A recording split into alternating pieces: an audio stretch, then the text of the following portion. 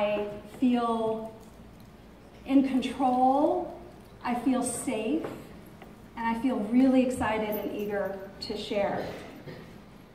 And that balance is something called polarities. I don't know if anyone has ever heard of polarities, but polarities are something that is two different concepts that are interconnected but conflicting. So you have tug and pull, activity and rest, give and take, inhale, exhale. And these are two necessary evils or two necessary goods. An inhale is not bad. You can inhale. And at some point you have to let go. And then you let go, you get rid of all that CO2. But now I need oxygen, so you breathe in. So indulge me for just a minute. I want you guys to sit in your seats, close your eyes.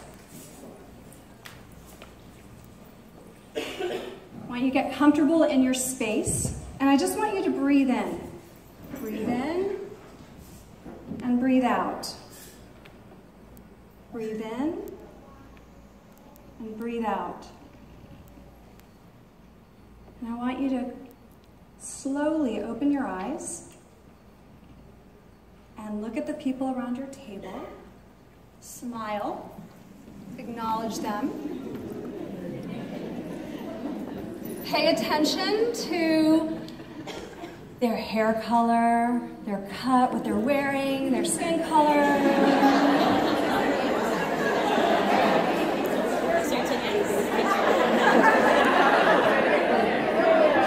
But know that that is just the tip of the iceberg.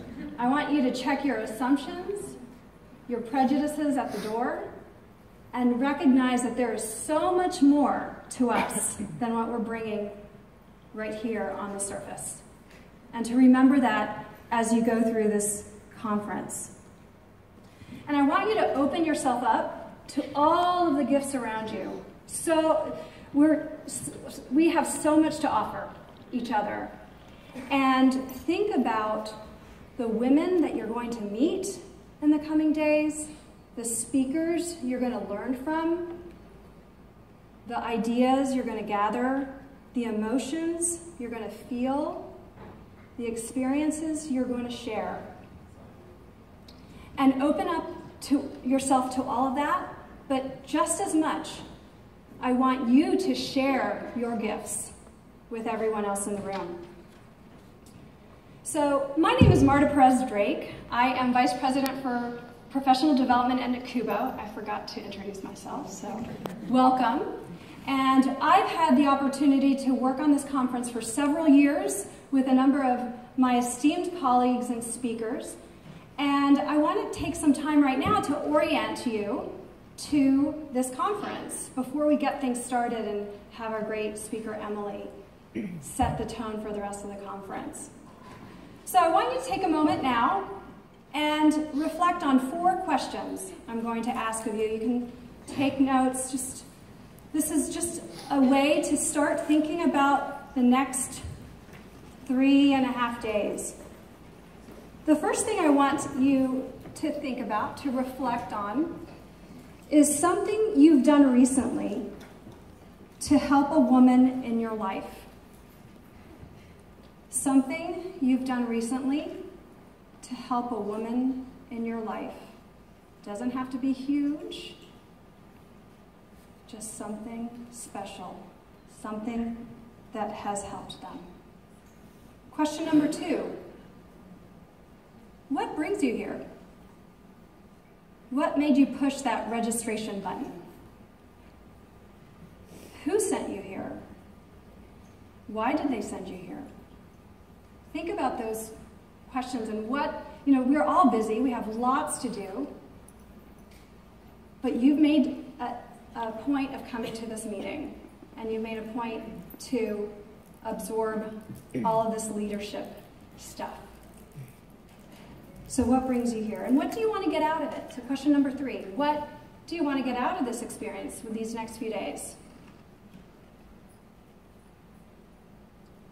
It could just be a general feeling like I just want to relax and I really want to think and reflect and go to the spa.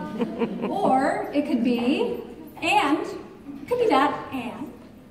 could be that you want to meet 5 new people. Or you want to take 3 concepts and really apply them to what's going on in your life. Or you want to write down 2 book titles that you're going to read in the next year. So think about those things. And finally, number 4, what are you going to take back? This is all about paying it forward and what you can do to make an impact when you get back to your community, to your institution, to your families. And in this time of incivility and divisiveness, I believe that the one thing that we have is each other and making an impact slowly, one at a time, and paying it forward and embracing the power that we have in this room. So think about what you're going to give back. I mentioned the polarities concept, and that's activity and rest, exhale, inhale.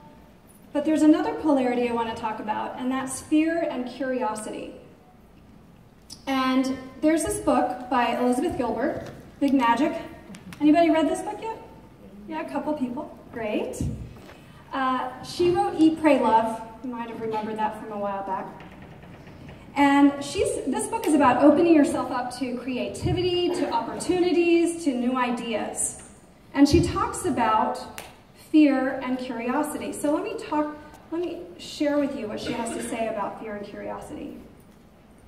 Well, actually, before I do that, she believes that in order for you to be able to embrace your curiosity, you also have to embrace your fear.